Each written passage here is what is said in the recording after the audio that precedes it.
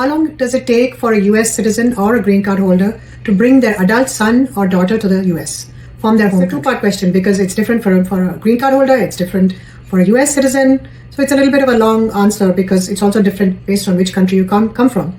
So the answer to this is, of course, it's very, very difficult to analyze how long it will take because visa numbers don't move on a regular basis. They don't move every month. Throughout the year, they may not move by a year. They may move only by a few months.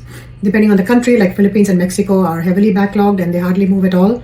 So it's difficult to say. But given the information we have for F1s, that is unmarried sons and daughters of US citizen, based on the final action date for all other countries except for Mexico and Philippines, they're working on November 8, 2016. So this is a difference of about 10 years. But the wait is not 9 years or 10 years, it could be longer. Over the last few years, movement has been very slow. Dates often advance by less than a full year's time, and sometimes the wait can be a decade or more. That is typical for this category. For Mexico, it's about 20 years because of the backlog if they're working on 2005 cases.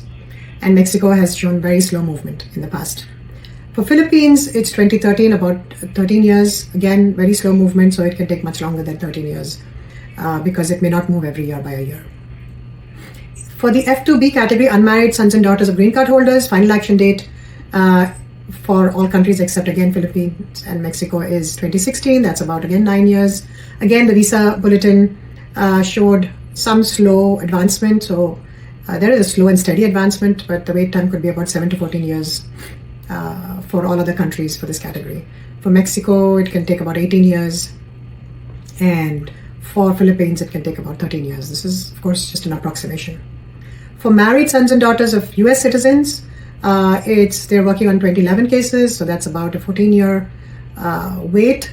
But again, it doesn't move every year, so the wait can be much longer because this is a very slow-moving category.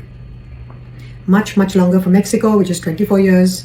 Again, slow movement. Philippines is about 21 years, so there's a long movement, a very slow movement for this category, as you can see.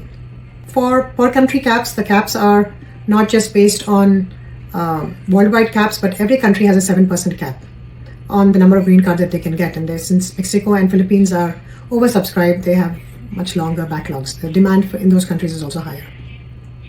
Of course, the unused employment visas for some years can trickle down to the family-based, but there's no guarantee that the spillover occurs every year.